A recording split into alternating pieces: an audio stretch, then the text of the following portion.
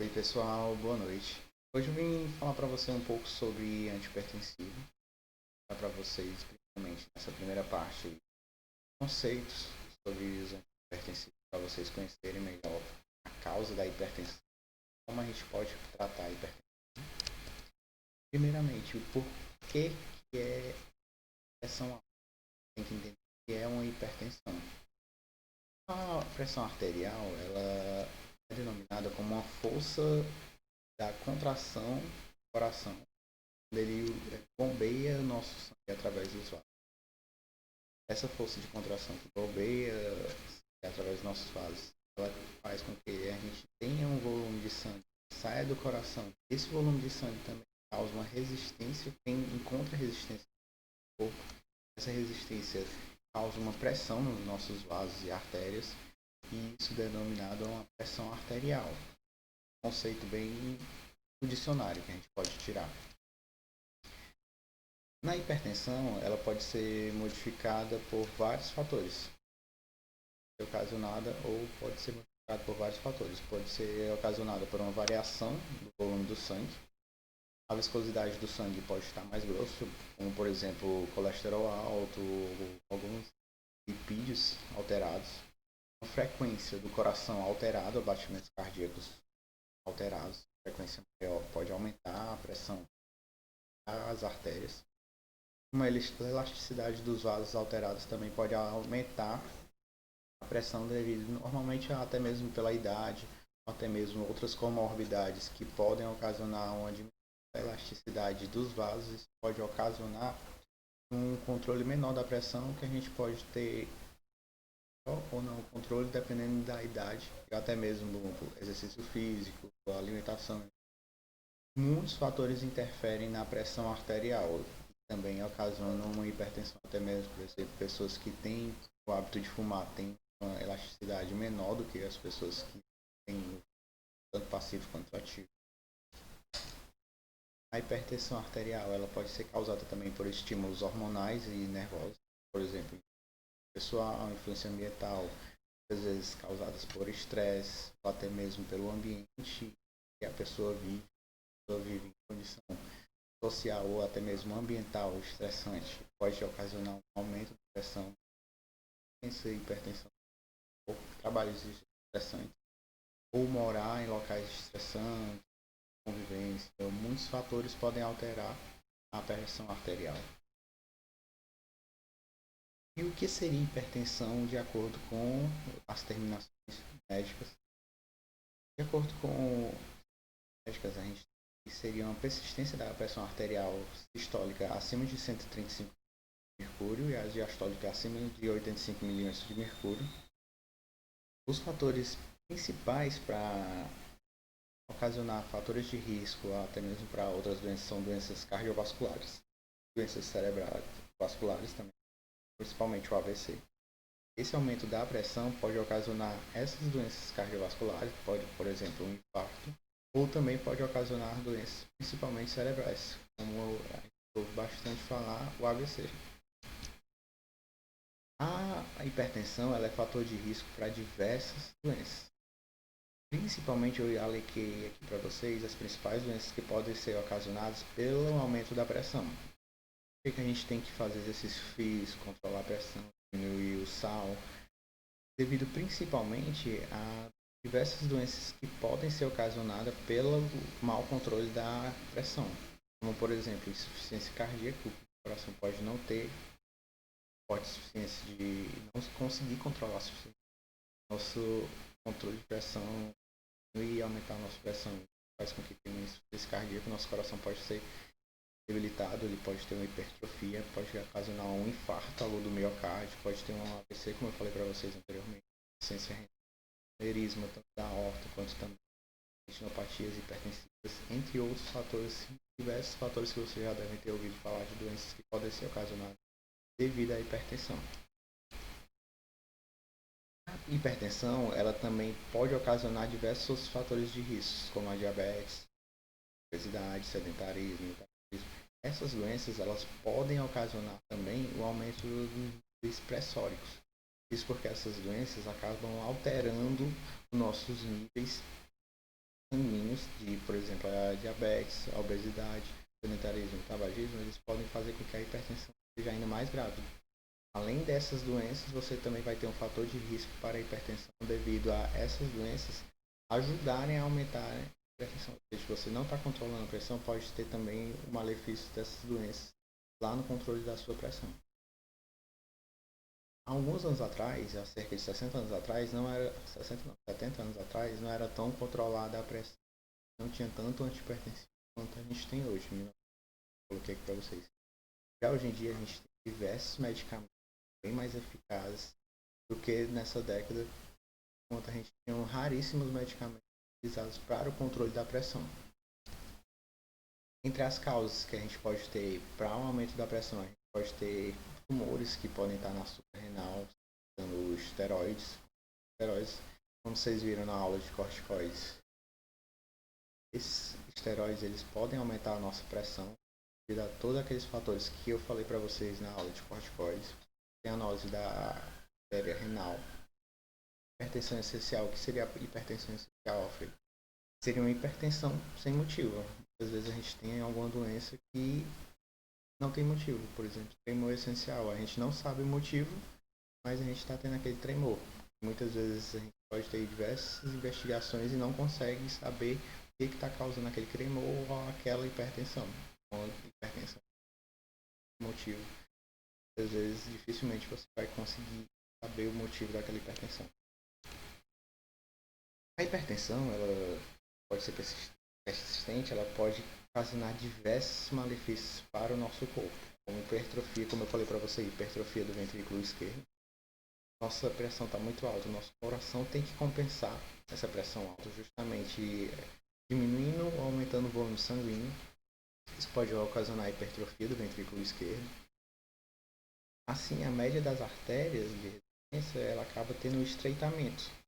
Aumentando o ventrículo, acaba tendo um estreitamento de algumas artérias justamente por esse controle pressórico, até mesmo você ter estreitamento para ter uma diminuição se tiver um volume elevado demais de sangue, causando pressão em alguns vasos, você vai ter uma compensação em outros locais. Por exemplo, o ventrículo vai estar aumentado justamente para compensar aquele aporte maior, aquela pressão maior, e o coração poder receber aquela quantidade que está sendo translocada durante todo o corpo.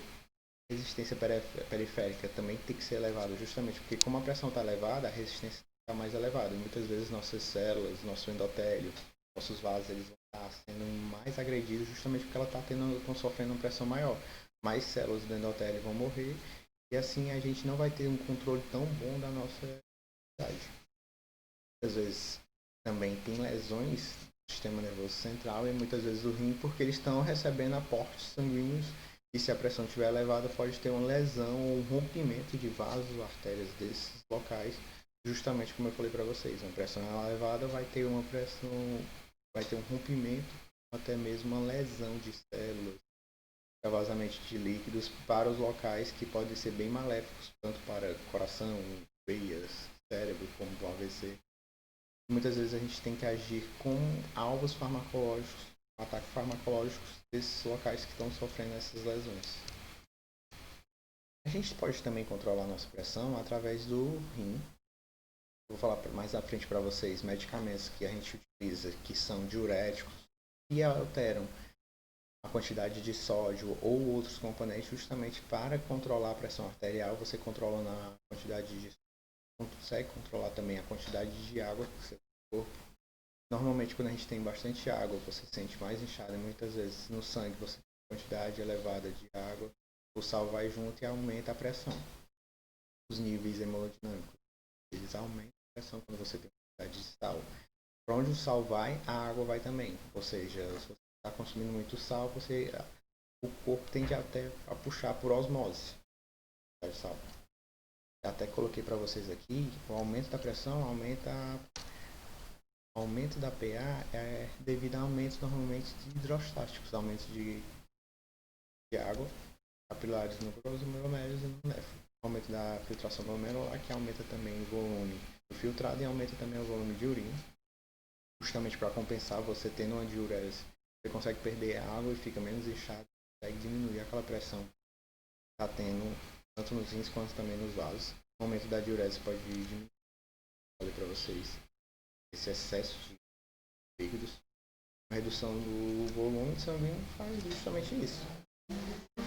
Faz com que a gente tenha uma diminuição da pressão dos nossos vasos.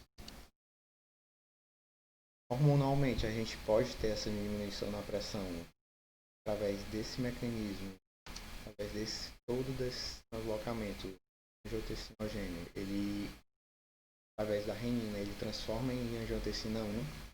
Vou falar para vocês mais tarde, vocês vão ter que ver mais ou menos o que é isso. Renina, angiotensina 1 é que vai transformar em angiotensina 2. A angiotensina 2 é fundamental para a produção da aldosterona e causar vasoconstrição. Você tendo uma vasoconstrição, acaba que aumenta a pressão do local. Você diminuindo a quantidade de angiotensina 2, se ligando ao seu receptor, você vai ter uma diminuição tanto da aldosterona como também da vasoconstrição. A aldosterona ela aumenta a retenção de água e também aumenta a retenção de sódio, como eu falei para vocês. Quanto mais água, mais sódio, mais aumento da pressão. Uma vasoconstrição, que é causada pela angiotensina 2, é também prejudicial porque aumenta a pressão. A gente pode utilizar medicamentos que interfiram nesse processo, justamente que eu vou falar mais para frente para vocês sobre os medicamentos, e alguns vão agir justamente nesse mecanismo, até mesmo antagonizando a angiotensina 2. A gente vai ver isso mais na frente. Tem que saber que a gente pode controlar a pressão justamente através do rim e alguns medicamentos em antagonismo por receptores nos rins. Alguns fatores de risco, bem conhecido a idade, o envelhecimento aumenta a incidência de aumenta a pressão arterial, como eu falei para vocês muitas vezes, pela elasticidade dos vasos, ou até mesmo pela dificuldade do coração, ou até mesmo dos vasos controlarem a pressão, é mais incidente. Pessoas com idade mais avançada, a pressão arterial elevada. O sexo, a gente muitas vezes tem essa distinção, muitas vezes pessoas de algumas etnias têm mais propensão a ter e outras. Fatores socioeconômicos muitas vezes interferem para você. Como eu falei para vocês anteriormente, muitas pessoas que têm uma dieta bem pesada, por exemplo, com excesso de sal, excesso de álcool, provoca um aumento nessa pressão. O índice de massa corpórea influencia bastante a circunferência abdominal. Dificulta bastante. Quanto maior a circunferência abdominal, maior a propensão a ter uma pressão elevada. O estresse psicossocial, o acesso à saúde e o menor nível de escolaridade, eles aumentam a chance de se ter uma pressão elevada, uma arterial elevada. Ingestão de sal, como eu falei para vocês anteriormente, aonde o NaCl vai, a água vai. Ou seja, quanto mais sal você ingerir, mais você vai ter a retenção de líquido e maior vai ser a pressão arterial dos vasos, das artérias, justamente porque a gente tem esse deslocamento. O sal, por osmose, o sal acaba puxando a água ou líquidos por osmose. Obesidade, como eu falei anteriormente. O álcool também influi bastante o efeito vasodilatador em alguns locais. Ele em pequena quantidade é vasodilatador, mas em quantidades desses efeitos crônicos ele acaba aumentando a pressão arterial. Médicos ou até mesmo profissionais de saúde sugerem para se tomar uma taça de vinho todo dia, justamente porque ele aumenta o efeito vasodilatador nos vasos. Só que em quantidade elevada ele já tem um efeito hipertensivo, que já vai até mesmo interferir no controle da pressão. Muitas vezes esse álcool também ele acaba cortando efeito de alguns medicamentos, ou cortando ou até mesmo potencializando efeitos de alguns medicamentos. Então ele é um fator de risco bem preocupante. Sedentarismo, até mesmo pelo aumento da obesidade e prevalência, acabam ocasionando o aumento da pressão arterial. Tabagismo, como eu falei para vocês, pulmões de tabagistas e vasos sanguíneos têm as paredes bem mais rígidas do que os que não têm o uso de tabaco. Fármacos antihipertensivos. Como que a gente pode utilizar um medicamento para controle da pressão? A gente pode utilizar um medicamento que reduz a pressão arterial e cause um bem-estar no paciente. Assim como também utilizar medicamentos que promovam proteção futuras de danos, até mesmo em alvos que têm uma proteção justamente para aumentar a expectativa de vida daquela pessoa e até mesmo melhorar a qualidade de vida. Então, quais são os medicamentos que a gente pode utilizar para controlar a pressão, até mesmo evitar esses eventos hipertensivos? A gente tem várias classes de antihipertensivos. A gente vai falar nas próximas aulas dos bloqueadores, os canais de cálcio, como nifedipina, verapamil, vasodilatadores diretos, agentes de ação central, beta-bloqueadores, alfa-bloqueadores, inibidores da ECA, como eu falei para vocês anteriormente, lá no rim, pode agir também direto. Antagonistas da angiotensina 2, que também são aquela via que eu falei anteriormente para vocês, está ligada lá. E os diuréticos. Esses últimos, como eu falei para vocês, eles estão muito ligados, esses três últimos estão ligados a efeitos renais.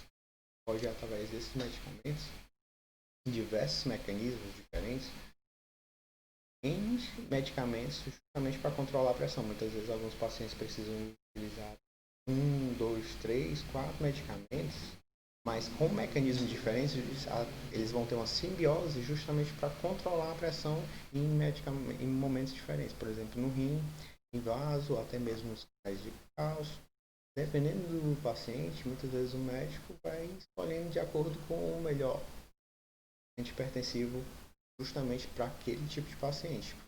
Você não pode chegar simplesmente numa farmácia, eu quero um antihipertensivo. O médico, primeiramente, tem que ver qual o seu quadro, se você já está utilizando, a família já tem pessoas que utilizam, justamente para ter uma seleção de um antihipertensivo para aquele caso. Muitas vezes você vai utilizar medicamentos com mecanismos diferentes justamente para ter uma simbiose. Um vai ser vasodilatador, outro, por exemplo, um alfa-bloqueador ou um diurético. E naqueles dois medicamentos você consegue controlar a pressão por vias diferentes. E pessoal, nessa primeira parte eu queria falar essa introdução para vocês sobre antihipertensivos, justamente para a gente começar a entrar na próxima aula, na parte 2, sobre os mecanismos desses medicamentos. Eu vou falar para vocês mais detalhadamente, para vocês entenderem o que são os antihipertensivos, que classe, como que eles agem, vocês vão entender melhor a ação de cada antihipertensivo. Enfim, se você gostou dessa aula, comenta.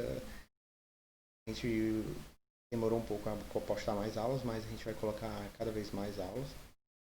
Parte 2 eu vou falar para vocês dessas classes, parte 2 e parte 3. Eu quis dividir justamente porque esse conteúdo é bem extenso. Antihipertensivos são vários medicamentos, eu queria falar para vocês cada um e alguns detalhes de cada um, justamente para vocês terem a ciência de como agem e entenderem melhor a ação de cada um.